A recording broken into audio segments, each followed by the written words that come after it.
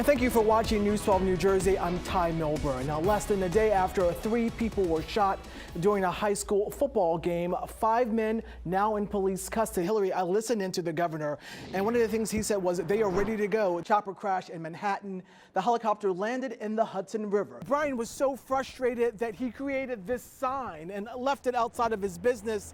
It's directed at both Chase Bank and the government, who he says are simply failing their people. When it comes to this testing, health officials here say safety is the most important thing. So one of the things that they did was they built this protective barrier. The 12-year-old boy who was killed on Tuesday in Jackson Township after police say he was hit by a car as he was trying to cross the street. As we understand it, this was a family that was known and loved by this community.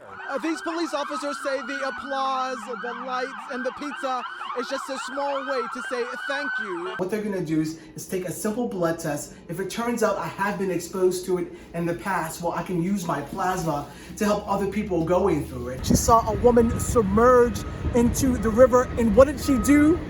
She jumped in. A new normal in the age of grocery shopping, and it involves a plexiglass. For state lawmakers, the path to recreational legalization is fraught with landmines. I'm working towards it passing this year. There's been tons of opposition. This is a complicated battle because it forces us to examine many hot-button issues like public safety, race in the criminal justice system, and also addiction. As soon as Thomas took the plea deal, the city council wasted no time in trying to oust him from office. Are you taking the fall for the mayor? No comment. This is an opportunity to apologize to the kids or say what you will to them for spending their money. Do we know what prompted these changes? That's a question that a lot of folks are asking.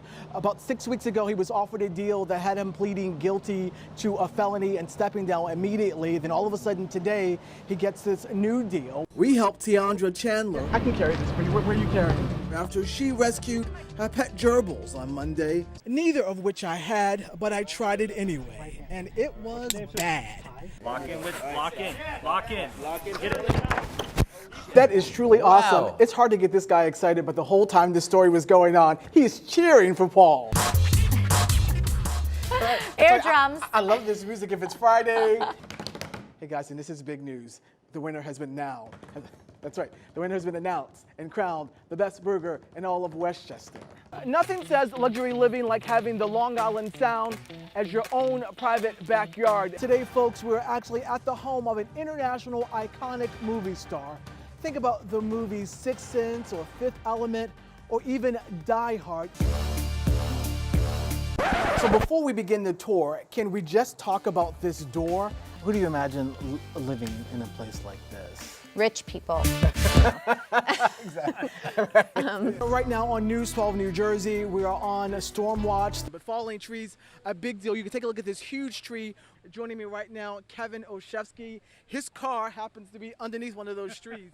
And this is not the first time. No, it's the second time. Just around the corner from Renee, we arrived on Sand Street, and this neighborhood has the look and feel of a war zone. That weather is very unexpected for this time of year. Right. That's something you might expect more in the summertime. She's absolutely fantastic. I now know for sure what I'm getting Annalisa for Christmas, because you love her from Frozen, right? I do love her. She has the voice of an angel, but Ty just startled me. He's like, I'm going to get you that for Christmas. And I go, me?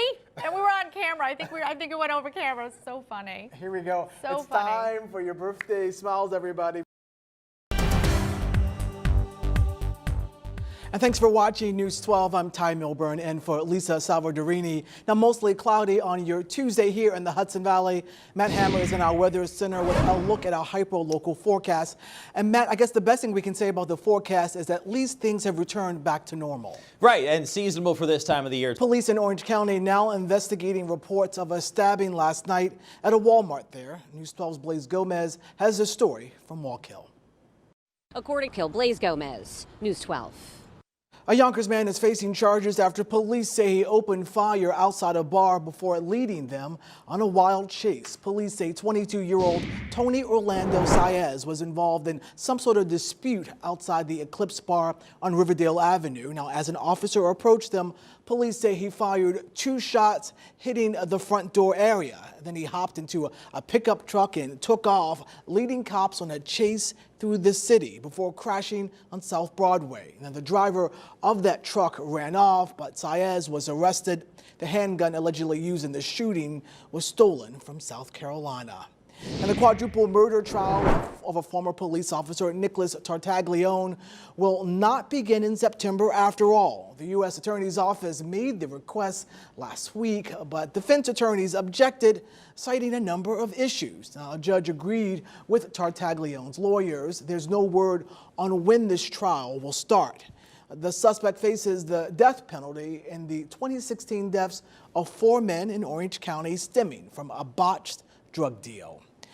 A young couple in Orange County killed in a tragic single-car crash. State police say 20-year-old Alexis Lewis from Chester and her 21-year-old boyfriend, Holmes Shinden from Montgomery, died Saturday morning. Authorities say Shinden was driving his girlfriend to work when he crashed his car into a tree along Route 208 in Hamptonburg. A GoFundMe page has been set up to help Lewis's family. Police believe speed appears to be the blame. And dozens of nurses rallying this morning over wages and working conditions at one local hospital. News 12's Darius Razius is in New Rochelle with more. Nurses And local service providers hold a fair for seniors at a community center in Ossining today.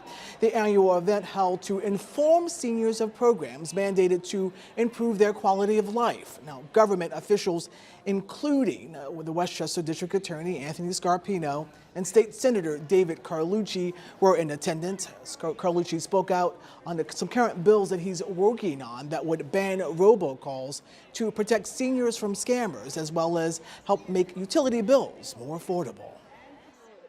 I learned about. And this is the 7th year the senior fair has been held. And a longtime Republican Westchester County legislator who lost in this year's election now wants a recount. Now, according to court documents, Gordon Burroughs wants to make sure the correct number of votes were tallied in the race for the 15th legislative district seat. Now, Democrat Ruth Walter, she won the race by 202 votes. The district covers Bronxville and parts of Yonkers. Burroughs has held the position for 14 years. And another government shutdown averted, at least for now. House and Senate leaders secured a deal yesterday to extend government funding for 4 more weeks, that is until December 20th.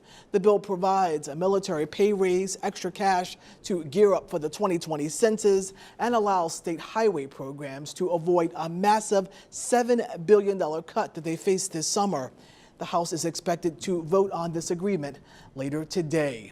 And just in time for the holiday season, a new card game aims to keep your Thanksgiving dinner politics free. Is that possible? Mattel's limited edition nonpartisan Uno deck removes the classic red and blue cards, which could be seen as politically charged. They were replaced with more politically neutral colors like orange and purple. Now, the new deck also introduces a new veto card that reads "No politics." When a family member breaks the no politics rules, just veto them. And if that doesn't work, you can always make them draw 4. Love that. And people in Orange County getting in the holiday spirit today. The city of Middletown cut down its Christmas tree this morning. It was taken down from a home in the town of Walk Hill and then transported to Festival Square in downtown Middletown. The tree is estimated to be about 45 feet tall and planted at a house by the original owners back in 1977. And Matt's here. It is that time of year. The holiday season has started. No turning back. It was even looking a little bit more like winter. Still is in parts of Dutchess County with those snow showers that came through last night. There were actually a few spots that got around 2 inches of snow.